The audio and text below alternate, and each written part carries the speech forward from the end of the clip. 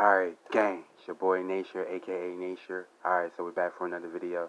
Alright, gang, so we just went over simple moving averages, SMAs. Alright, so we're going over exponential moving average, okay, which is EMA. Alright, and we're going to explain the difference from exponential moving average and SMA moving average.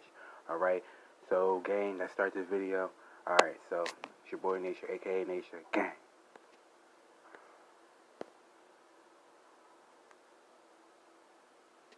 So exponential moving average and EMA explained.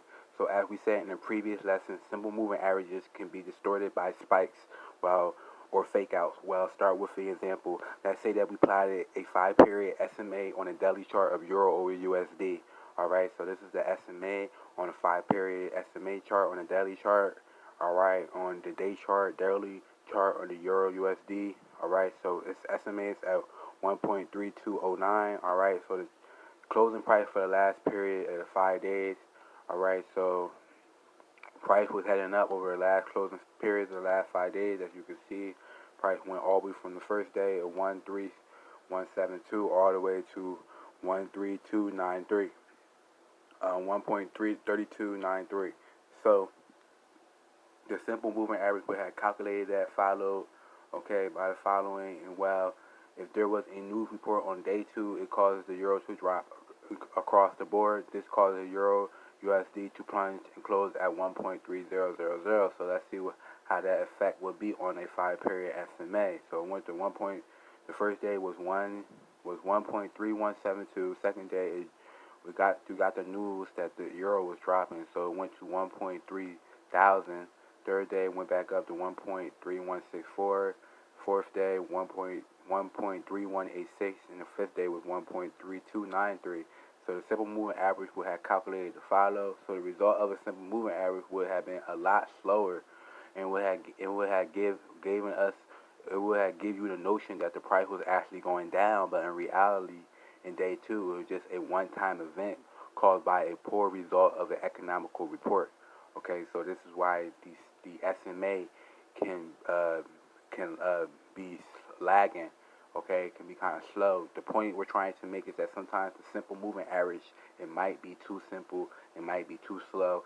If only there was a way that could filter out those spike outs and those fake outs, so we wouldn't get the wrong idea and trading in the wrong direction. So wait a minute. Yep, there is. It's called the exponential moving averages. So the exponential moving averages gives you more weight to the most recent period in price. So for this example, the EMA would have put weight on the price of the most recent days, would have been day 3, 4, and 5. This would have meant that the spike on day 2 would be a lesser value and wouldn't have been a big effect on the moving average as it would have if we had calculated for a simple moving average. If you think about it, this makes a lot of sense, because what this does is it puts more emphasis on what traders are doing recently. Okay, so that's what the exponential moving average does.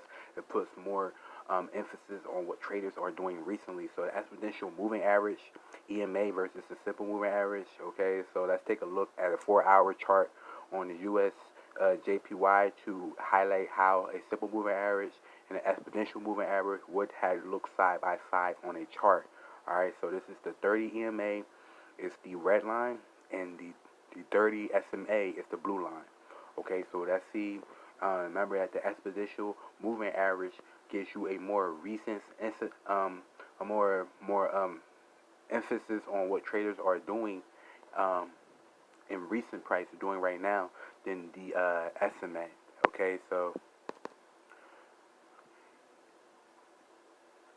as you can see, the EMA is the red line, alright, and the SMA is the blue line. As you can see, the red line is a lot closer to reacting to what price is actually doing than the blue line. Okay, the EMA is faster, the red line is faster, the EMA is faster than the SMA.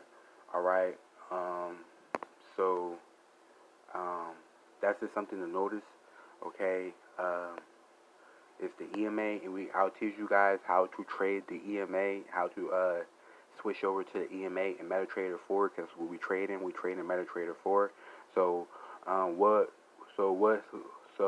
moving average and the EMA Let's see what they look like side by side. As we see in this picture, notice how the red line, the 30 EMA, seems to be closer to price than the blue line, the 30 SMA. This means it's more accurate, representing recent price action.